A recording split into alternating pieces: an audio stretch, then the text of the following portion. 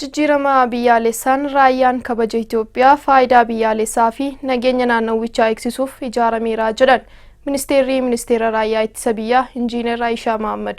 Alamuu Balaay dabalata qaba.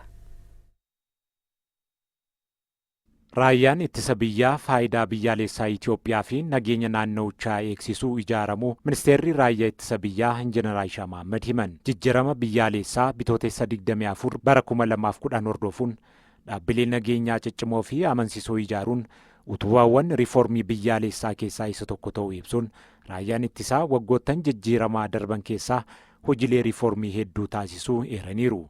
Raayyaan ittisa biyyaa haleellaa kallattii kamiinuu jiraachuu malu qolachuuf humna qilleensaa gahoomee, humna lafoo makaanaayizidii, humna galaanaa, duula addaa fi humna saayibarii cimaan ijaaramuu kaasaniiru. Humna namaan gurmaa'insaa fi teeknooloojii loltummaa dhaabbanni cimaan ijaaramuu kaasuun raayyaan ergama isaa gahumsaan bahatuu fi waraana fagootti qolachuu danda'u ijaarameera jedhaniiru.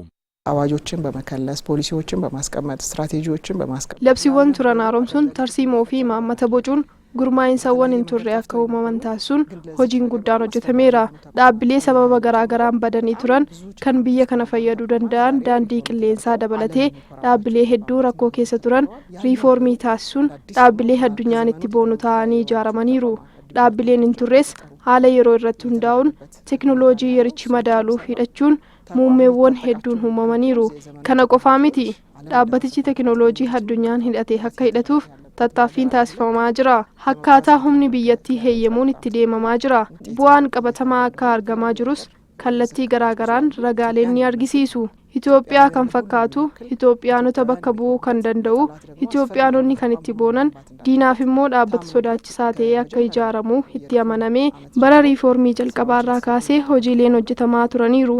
ታምኖበት ከመጀመሪያው የሪፎርም አመት ጀምሮ ስራዎች እየተሰሩ የመጡበት ተቋም ነው።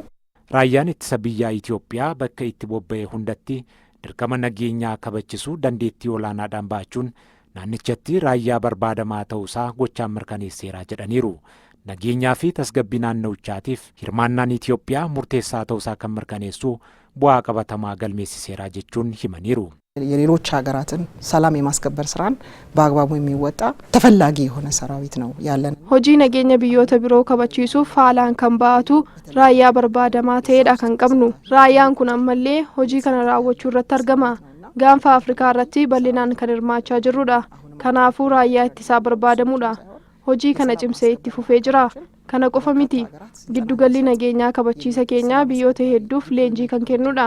Nageenya naannawichaa kabachiisuun kan danda'amu Itoophiyaan raayyaa ittisa cimaa yoo qabaattee fi Itoophiyaa qabatanii ta'uu biyyoonni hundi yeroo itti hubatanidha. የዚህን ቀጠና ሰላም ማስከበር የሚቻለው ኢትዮጵያ ጠንካራ ሰራዊት ሲኖራትና ኢትዮጵያን ይዞ መሆኑን ሁሉም የሚረዱበት ጊዜ ላይ ነው ያለነው። ኢትዮጵያን rakkoo nageenyaa fi tasgabbii Afrikaanotaatiin akka furamu amantaa cimaa qabaachuu kan ibsan ministeerri raayyaa ittisaa. Kanaafis Afrikaanonni tumsa nageenyaa fi tasgabbii isaanii akka jabeessan hojjechaa jiraachuu dubbataniiru. Biyyoota Afrikaa hedduu waliin dhimmoota ittisaa irratti waliin hojjechuuf waliigaltee mallatteeffamuu eeruun Itoophiyaan muuxannoo ishee qooduuf michooma ishee cimsuuf qophii ta'uu ishee ibsaniiru. ከበርካታዎቹ የአፍሪካ ሀገራት ጋራ በርካታ የስምምነቶችን ፈርመን አብረን እየሰራን ነው የምንገኘው። ብዮታ አፍሪካ ሄዱ ወሊን ወሊገልቴ ሄዱ መለቴስኔ ወሊን ሆጀቻ ጅራ ብዮታ ሚቹታን ብሮ ወሊንስ ወሊን ሆጀቻ ጅራ ከናፉ ሆጂ ፋይዳ ብያለሳፍ ዱርሰ ከኑፊ ሀከ ሂድለ ዱኛቲስ ዋን ሆጀቹ ቀምኑ ሆጀቹ ረተርገምና መጫወት የሚገባንን ሚና እየተጫወትን ነው የምንገኘው።